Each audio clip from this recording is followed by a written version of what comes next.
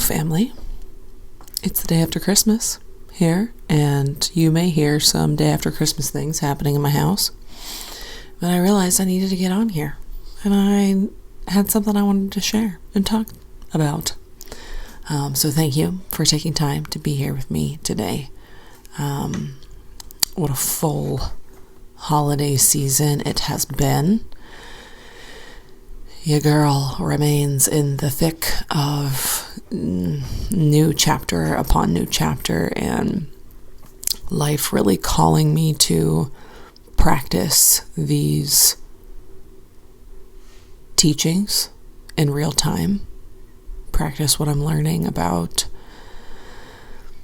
expression and safety and trust, and it continues to take me to what feels like my edge.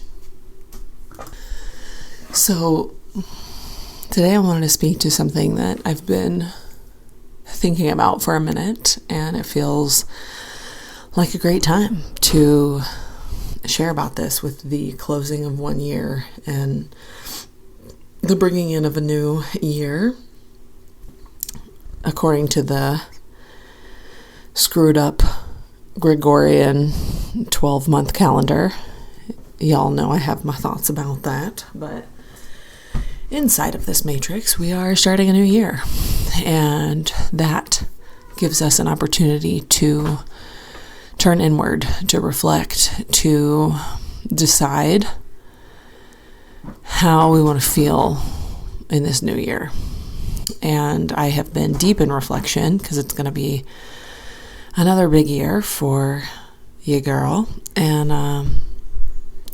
this little teaching here felt like I should speak to it because as I've been teaching yoga again, at the end of my yoga classes, I've been teaching a hot power vinyasa class at this cute little yoga studio here in Indianapolis, and it has felt so good to be teaching and not have the pressure of owning the space. God, I loved that chapter so much. I loved having the Illumination Wellness Center and having a space that I could just pour into, but I'm just not in that season anymore. But I get to, show up to this studio and do what I love, which is hold space for the practice, the physical practice, the movement practice of yoga. It just feels so damn good. But when I'm ending the class and the students are in Shavasana, I go around and put a little cool towel on their forehead and I say the prayer, which I feel like it may be a Buddhist prayer or a yogic prayer. I don't even know. That's how not attached I am to a lineage on any of these things. But I do love this prayer and pieces of it, but I realized it needed to change. So the traditional prayer is, may you be happy, may you be healthy, may you be free from suffering. That is the original prayer, how I learned it. And as I was speaking that, and I would speak it, over the student as I'm putting the cool towel on their forehead, I realized, God, that last part just doesn't resonate anymore. May you be happy, may you be healthy, may you be free from suffering. And I think there's like a big opportunity inside of that last statement for us to evolve and understand something about this life. So to wish that someone would be free from suffering would be to rob them of the actual way that this reality is set up. There is no way that anybody could go through this life free from any kind of suffering, physical, emotional, mental, spiritual. It's just not set up that way. It's just not designed that way. And we don't have to want that for someone. We don't have to want them to never have to experience suffering. And I think about when I was in the thick of traveling with a newborn, with my son, specifically, I think he was 7 months old when we went to Brazil. and he got his first fever. I mean, this boy is a healthy boy, breastfed, no medical alterations of any kind, very healthy, and got his first little fever. And it really sent me, because I hadn't experienced that yet. I hadn't had to hold space for my child who did not feel well, and you could tell he really did not feel well. There was something really running through his body. And I remember just laying there, and I'm emotional, and I'm just like, God, I have to go back to the knowing that I trust his body. I trust the wisdom of his body. I trust the wisdom of my body, like of breast milk, to deliver the antibodies he needs. Like, it was testing every single teaching that I've leaned on. And, the Western society is so quick to, give them Tylenol to suppress the fever, give them this, and to fight the fever, when in reality, the fever is a good thing. It's helping them. Of course, you have to monitor it, and it shouldn't be super high for super long. But I remember laying there, and I was like, I started to want to wish that he would never have to suffer, that I would never have to see my son suffer.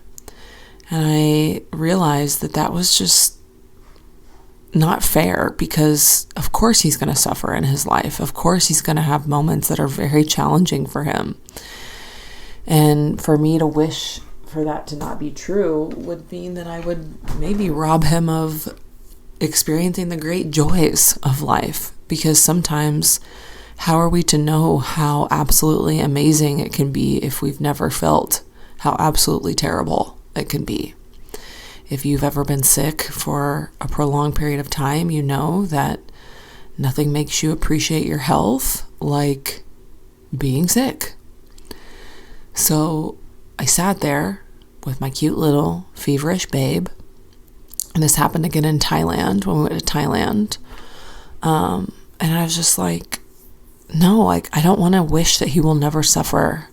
I want to wish that when he is in pain, or when he is suffering, that he will know that he is supported, that he will know that he is not alone, that he will know that he has people he can lean on, and that his body is smart, and that he will innately just know all of these things to make the suffering easier to walk through. And that is what I have begun to wish for my students in yoga, and what I have begun to wish for myself. May we be happy. May we be healthy. And may we know that when we are suffering, that we are supported, that we are strong enough to walk through the suffering, to learn how to be with suffering. That is the key. And that is, to me, one of the ways in which we can navigate the highs and the lows of life, and learn how to be gentle inside of them, gentle with ourselves, gentle with each season. It is not easy to do this, and to practice this, and to be a witness to suffering, and to even befriend the suffering, because we're taught to just run away from it, or like the Tylenol, just suppress it and not let the suffering do its work and do its job. But I think suffering plays a huge part in our lives, and I can only say that still being deep inside my damn chapter of life just falling apart so that something else can be rebuilt. And it has almost broken me several times this year. But I am learning that inside of the dark, back against the wall, holy shit, what is going on? I have a moment to lean into my faith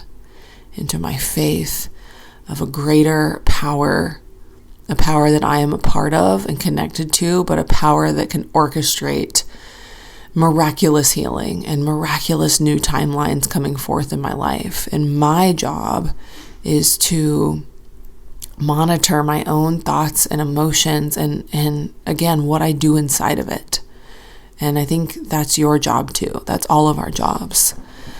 So that we don't have to get completely thrown off track or off our center, or we don't have to do things that cause harm to ourselves and others when we're in a state of suffering. We can learn how to be inside of all of it. And while my family and my child, he continues to show me that there is light in every day. He has shown me the duality of being in a really hard time, but still laughing and playing and dancing, that is always available. And so are the tears. So are the moments of immense suffocating grief that, really they want to win sometimes. And my job and my work remains just to continue to learn how to be inside of it and to give language to the pieces of it that I can while I'm experiencing it, and to encourage all of us to keep going on our path and keep going in this new year. And I don't wish for any of you to be free from suffering, because I know that would be doing a disservice to your journey and to your life. I wish for you to be strong enough to be inside of all chapters of your life and approach them and do no harm to yourself and others. That is my wish for all of us. And when we do that, when more of us know how to do that, the world and our lives and our realities will be much more harmonious. And I'm going to keep learning the codes as I go. I'm going to keep just tapping in when and however I can. This podcast is an outlet for me to speak to what I'm experiencing. So thank you for giving me the space inside of your day, inside of your heart to walk together, to cheer each other on. I believe so deeply in us, and I believe so deeply in what's possible. And I have never lost that belief. While I have gotten very sad inside of my life, and the challenges, they remain, but so does the strength. And damn it, I'm grateful for the strength. So let's keep going. I hope you have just a wonderful week between Christmas and New Year. It is just such a cool week to, again, draw inward, to reflect. We're off to Florida. Very excited. We're leaving in the morning for a 12-hour road trip. And I'll be back next week. And next Sunday, January 5th, everybody is invited to my virtual goal setting workshop. It's goals done in a way that focuses on your heart and your vision for your life. So if that would serve you in this new year, please join us Sunday, January 5th. Another offering for January will be my 2025 card pulls. If you're, a friend of mine that's been walking with me for the last several years, I offer these every January and I love them. It's a 20-minute phone call. We hop on together. You tell me what you're focusing on this year, any goals that you have set for yourself. And we together pull a card for each month, and I give you an interpretation and a custom guided visualization for you to be able to return to throughout the year. So January is going to be a good month for this illumination work that I am still committed to, even while the horses and the horse brands are taking up most of my time, and I just am loving it. There is still availability for me to tap in here and there and offer things like this to you, people I love. So tap in. Let's go. I love y'all. We'll see you next time. I'm going to take a big breath in, and I'm going to let it go.